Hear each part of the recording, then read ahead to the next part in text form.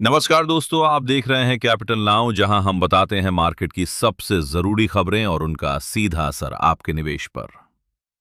Share बाजार में इस हफ्ते जोरदार तेजी देखने को मिली और खास बात यह रही कि निफ्टी 50 और बैंक निफ्टी ने पिछले 5 साल की सबसे बड़ी साप्ताहिक रैली दर्ज की है।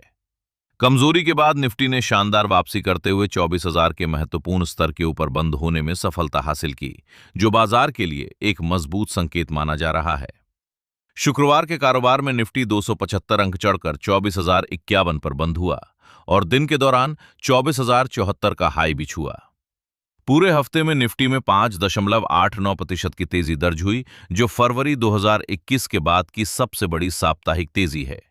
इस तेजी के पीछे कई बड़े कारण रहे, जिनमें सबसे अहम रहा ईरान तनाव में कमी, अमेरिका इजरायल ईरान के बीच सीज फायर की खबर, कच्चे तेल की कीमतों का $100 प्रति बैरल से नीचे आना और इंडिया विक्स यानी डर के स्तर में गिरावट। इन सभी कारणों से निवेशकों का भरोसा मजबूत हुआ और बाजार में खरीदारी बढ़ती दिखाई दी। अगर टेक्निकल संकेतों की बात करें तो तस्वीर और भी मजबूत दिखाई दे रही है, क्योंकि निफ्टी 10 डे और 20 डे ईएमए के ऊपर बना हुआ है। आरएसआई बढ़कर 54 के आसपास पहुंच गया है। एमएसीडी में पॉजिटिव संकेत मिल रहे हैं और चार्ट पर मजबूत बुलिश कैंडल बनी है, जो इस बात का संकेत देता है कि बाजार में तेजी का मोमेंटम बन रहा है। अब सबसे बड़ा सवाल यह है कि अगले हफ्ते बाजार किस दिशा में जा सकता है। तो विशेषज्ञों के अनुसार अगर निफ्टी 24,000 के ऊपर टिकता है तो अगला लक्ष्य 24,200 से 24,300 के बीच हो सकता है और इसके बाद 24,500 का स्तर अगला बड़ा रेजिस्टेंस बन सकता है। वहीं नीचे की तरफ 23,800 का स्तर मजबूत सपोर्ट के रूप में देखा जा रहा है, यानी 24,000 का स्तर अब बाजार के लिए बेहद महत्वपूर्ण बन गया है। अगर ऑप्शंस डेटा पर नजर डालें तो वहां भी तेजी के संकेत मिल रहे हैं, क्योंकि सबसे ज्यादा कॉल ओपन इंटरेस्ट 24,500 पर दिखाई दे रहा है और उसके बाद 24,300 पर है। वहीं सबसे ज्यादा पुट ओपन इंटरेस्ट 24,000 और 23,500 पर देखा गया है, जो ये संकेत देता है कि 24,000 मजबूत सपोर्ट और 24,500 बड़ा रेजिस्टेंस बन सकता है। इसके अलावा इंडिया विक्स में भी बड़ी गिरावट देखने को मिली है।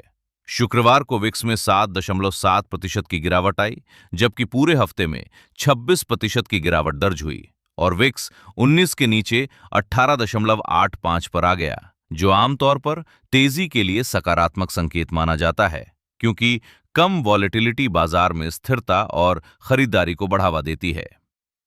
अगर बैंक निफ्टी की बात करें तो बैंकिंग इंडेक्स ने निफ्टी से भी बेहतर प्रदर्शन किया और 1,091 अंक की तेजी के साथ 55,913 पर बंद हुआ। पूरे हफ्ते में बैंक निफ्टी में 8.47% की तेजी दर्ज हुई, जो फरवरी 2021 के बाद की सबसे बड़ी साप्ताहिक तेजी है। बैंक निफ्टी ने भी मजबूत बुलिश कैंडल बनाई और टेक्निकल संकेतों में मजबूती दिखाई दी। आरएसआई में तेजी आई, एमएसीडी पॉजिटिव जोन की ओर बढ़ रहा है और चार्ट पर मजबूत खरीदारी दिखाई दे रही है। आगे की बात करें तो बैंक निफ्टी के लिए 56,400 से 56,500 का स्तर पहला रेजिस्टेंस माना जा रहा है। अगर ये स्तर पार होता है तो 57,000 और उसके बाद 57,500 तक तेजी देखने को मिल सकती है। वहीं नीचे की तरफ 55,400 से 55,300 का स्तर मजबूत सपोर्ट के रूप में देखा जा रहा है। कुल मिलाकर बाजार का मूड सकारात्मक होता दिखाई दे रहा है। बैंकिंग सेक्टर मजबूत नजर आ रहा है।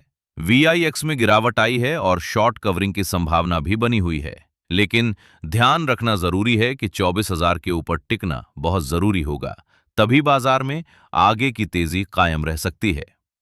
फिलहाल अगर तेजी जारी रहती है तो बैंकिंग, फाइनेंशियल और लार्ज कैप स्टॉक्स अगले हफ्ते फोकस में रह सकते हैं। हालांकि निवेशकों को सतर्क रहना भी जरूरी है, क्योंकि बाजार में वॉलेटिलिटी पूरी तरह खत्म नहीं हुई है। मैं हूं आपका दोस्त और आप देख रहे थे कैपिटल नाउ। अगर आपको ऐसी ही मार्केट अपडेट चाहिए तो चैनल को जरूर सब्सक्राइब करें। मिलते हैं अगले अपडेट में। तब तक निवेश सोच समझकर करें और मार्केट पर नजर बनाए रखें। धन्यवाद।